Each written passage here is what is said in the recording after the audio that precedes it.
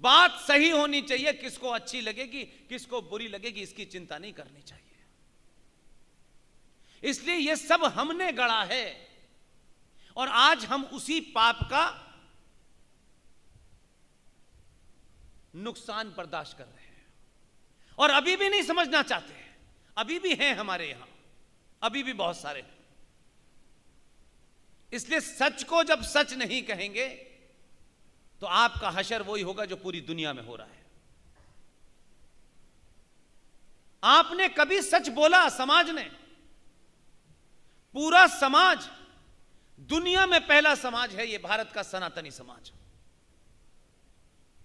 जिसने अपनी पूरी शक्ति, अपना पूरा आत्मबल, सब कुछ सत्ता को सौंप दिया है।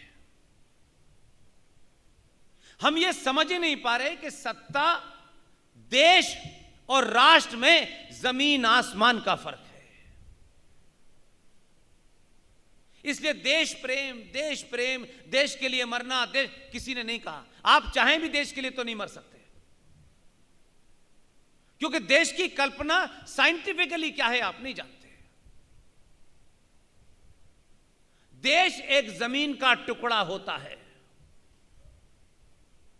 उस जमीन के टुकड़े की रक्षा करने के लिए सेना होती है, उस जमीन के ऊपर किसी व्यवस्था को चलाने के लिए संसद होती है, संविधान होती है, पुलिस होती है, दुनिया के तमाम इंस्टीट्यूशंस होते हैं, वो देश चलाते हैं। और हम, क्योंकि हमारे अंदर लालच भर गया, कायरता भर गई, तो हमने अपने पुरुषार्थ, अपने ज्ञान, अपने ऊपर भरोसा करना छोड़ दिया और कहा कि सत्ता बताएगी कि क्या करना है। आप गर्दन घुमा के पूरी दुनिया में देख लीजिएगा, पूरी दुनिया में देख लीजिएगा, कोई एक देश मुझे बताइएगा जहां राष्ट्र सरकारों के पीछे भाग रहा है। क्योंकि राष्ट्र की कल्पना हमारी जो थी वो इतनी छीण कर दी गई है कि हम उससे आगे सोच ही नहीं पा रहे। सरकारें, सत्ता, सरकार को कितने लोग चुनते हैं? पूरा देश तो नहीं चुनता उनको, हर आदमी तो वोट नहीं दे सकता, और उन देने वालों में से भी 40%, 50% वोट देते हैं। उसके लिए एक संसद है, एक कानून है, एक संविधान है, एक न्यायपालिका है, पुलिस है, सेना है। ये सब देश के अंग हैं, ये देश के प्रति इनकी ड्यूटी है। पुलिस को देश के प्रति उनकी ड्यूटी है, सेना की देश। लेकिन राष्ट्र क्या है? राष्ट्र मेरी आस्थाओं से, मेरी परंपराओं से, मेरे सरोकारों से, और जो भी इस समाज के हजारों हजारों साल की परंपरा है उससे चलता है, और राष्ट्र को समाज चलाता है। आपके अंदर कमजोरी हुई, इसलिए आपने क्या काम किया? आप कायर हुए, लालची हुए, तो सत्ता में कैसे कैसे जोकर आए, और उन्होंने अपनी सत्ता बनाए रखने के लिए राष्ट्र की परंपराओं पे, सरोकारों के ऊपर हमला किया, उनको तोड़ा, कुचला, और 90 से 95 करोड़ सनातनी हिंदू ये सोचने लगा कि हमें सरकार कर रही है तो हम सरकार से तो नहीं लड़ सकते हैं। राष्ट्र के सामने सरकार इतनी सी होती है, उसकी कोई औकात नहीं होती। लेकिन मुर्दा समाज सरकारों को जब सब कुछ समझते हैं, तो आप अपने संस्कारों पर और सरोकारों पर काला कोट पहनने वाले जब हमला करते हैं, तो आप ये सोच नहीं पाते हैं कि इसकी हिम्मत कैसे हुई कि 7000 साल पुरानी परंपरा को केरल के सबरीमला मंदिर में ये काला कोट पहनने वाले जज साहब ने कैसे तोड़ दिया, और कैसे ये कहा कि इस मंदिर में जेंडर जस्टिस नहीं है, इसलिए जज साहब ये फैसला देंगे कि मंदिर में जेंडर जस्टिस क्या होता है। पूरे देश में ये सवाल नहीं किसी ने खड़ा किया। जज साहब से उनकी शान में गुस्ताखी नहीं कर रहे। यह सवाल एक भारत के नागरिक के तौर पे मैं पूछ सकता हूं कि जज साहब को जब तनख्वाह मिलती है वो मेरे टैक्स से मिलती है। इसलिए ऐसा नहीं हो सकता कि जज साहब कुछ भी कर दें, सवाल नहीं पूछा जाएगा। उनको गाली नहीं दी जा रही, उनका अपमान नहीं किया जा रहा, लेकिन पूछना चाहता हूं कि जज साहब आपने लॉ की डिग्री ली, आप टॉपर होंगे, बहुत अच्छे लॉ आपने पढ़ा होगा, लेकिन लॉ पढ़ने से सबरीमला के अंदर महीने के कुछ दिनों में महिलाओं का जाना मना है। यह जेंडर जस्टिस का मुद्दा नहीं है।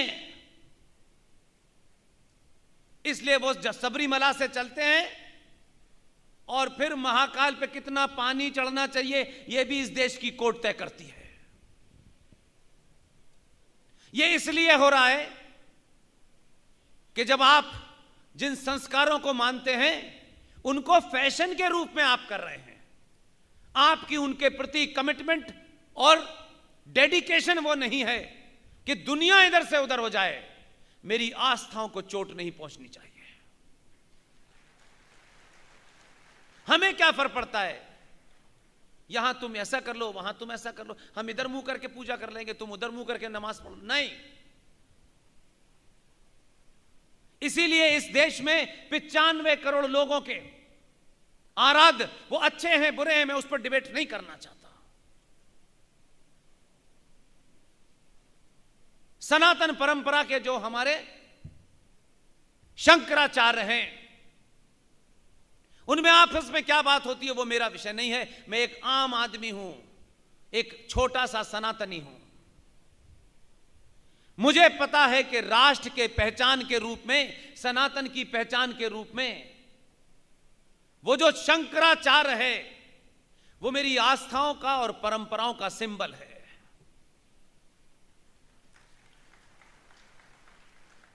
इस देश में किसी को यह ताकत नहीं देनी चाहिए थी। यह हमारे लालच और कायरता के कारण हुआ कि एक विदेशी महिला के इशारे के ऊपर तमिलनाडु में रात के 12 बजे शंकराचार्य को घसीट करके जेल ले जाया गया और एक 80-85 साल के शंकराचार्य के ऊपर बलात्कार का आरोप लगा। जेल में रह के वो शख्स मर गया। इस देश में एक आवाज नहीं हुई थी, इसलिए लोग आपकी परंपराओं से खेल लेते हैं। इसलिए लोगों को लगता है कुछ भी कर लो, यह समाज अपनी दुनिया में खोया हुआ है, इसे कोई फर्क ही नहीं पड़ता है, कोई भी गाली देके चला जाएगा। और जब आप राष्ट्र को गाली सुन लेते हैं तो कोई आपकी मां को भी गाली देता है, बहन को भी गाली देता है, पिता को भी गाली देता है, तो उससे भी आप बचने की कोशिश करते हैं, क्योंकि अगर मैंने गाली का जवाब गाली से दिया तो फिर मुझे कुछ खोना पड़ेगा। परिवार और राष्ट्र को बचाने के लिए सब कुछ खोना पड़ता है, तभी सब कुछ बचता है। ये जो हमारी मानसिकता हो गई है, क्या फर्क पड़ता है, ऐसे ही होता है। तभी तो यह हाल हो गया है कि चौराहे चौराहे, गली गली आज आप न अपना मान बचा रहे, न सम्मान बचा पा रहे, न बहन बचा पा रहे, न बेटी बचा पा रहे, न मां को बचा पा रहे। हर दिन इस देश में 4 से 5 मॉब लिंचिंग होती हैं, रिपोर्ट नहीं आती। एक गलती से कहीं मॉब लिंचिंग हो जाती है, एक गलती से, जाने अनजाने में या जानबूझकर हो जाती है। जिंदा रहना सीखिए। अगर कुछ चीजें अपने आप से नहीं सीख सकते तो अपने दुश्मन से भी सीखनी चाहिए, अपने पड़ोसी से भी सीखनी चाहिए।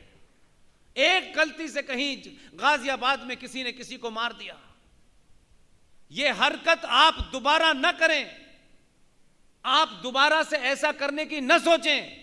उन्होंने एक छोटी सी घटना को इतना बड़ा बनाया, इतना बड़ा बनाया कि देश का प्रधानमंत्री विदेश यात्रा पर था, जिस होटल में ठहरा हुआ था भारत का प्रधानमंत्री, एक गरीब आदमी कहीं गाजियाबाद में किसी ने मार दिया।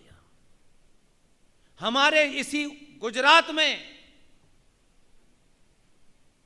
अभी हाल के दिनों में मॉब लिंचिंग हुई है। हम व्हाट्सएप पे और फेसबुक पे उस मॉब लिंचिंग की खबर डालते हैं, बस समाप्त। जिंदा लोग किसी एक घटना को इतना बड़ा बनाते हैं कि शत्रु 100 साल तक दोबारा करने से डरे। इसलिए आज आप मारे जा रहे हैं। झारखंड में रूपेश पांडे को सिर्फ इसलिए मारा, मैं उसके घर गया, नेता नहीं जा रहे थे घर, क्योंकि नेताओं के जाने से वोट कम पड़ेगा, ज्यादा पड़ेगा, मरने वाले की जाति क्या है, ये तमाम घटिया मानसिकता के लोग नहीं गए। आप जब अपने आदमी को मझधार में छोड़ देंगे तो ध्यान रखिएगा कुछ दिन बाद आपके साथ भी वही होगा। मैं तो किसी सभा में झारखंड गया था, मेरे पास इतना पैसा नहीं है कि मैं अपनी टिकट करा करके किसी ऐसे आदमी के पास जाता। मेरे जाने से कुछ नहीं होना था, लेकिन लोग और पुलिस के लोगों को मेरे बारे में पता है। मैं गया, वहां पुलिस लगाई गई। मैंने कहा इतनी पुलिस क्यों लगाई है भाई? सर आप आ रहे हैं। मैंने कहा मेरी सुरक्षा के लिए लगाई है क्या? उसमें दो लोग ऐसे थे जो मेरा भाषण सुनते थे। बोले हम तो आप ही की सुरक्षा के लिए लगे हुए हैं, बाकियों का पता नहीं। मैं रूपेश पांडे के घर एक मैसेज देने गया था। यह काम जिन लोगों का करना था वो नहीं गए। हिंदुत्व पे 5 घंटे का भाषण दिलवा लो। किसी के बुरे वक्त में आप जब खड़े होते हैं तो उसमें हिम्मत पैदा हो जाती है, और दुश्मनों को यह लगता है कि झारखंड के एक गांव के अंदर अगर हमने रूपेश पांडे को सरस्वती विसर्जन के समय उस लड़के को कैसे मारा है, यह सनातनी समाज के लोगों को नहीं पता, ठेकेदारों को नहीं पता, सत्ताओं को नहीं पता। हम अपने के मरने के ऊपर ढंग से रोते भी नहीं है, क्योंकि हमारे स्वार्थ सिर्फ कुछ पाने और के पीछे पड़ रहे हैं, उससे ज्यादा नहीं है।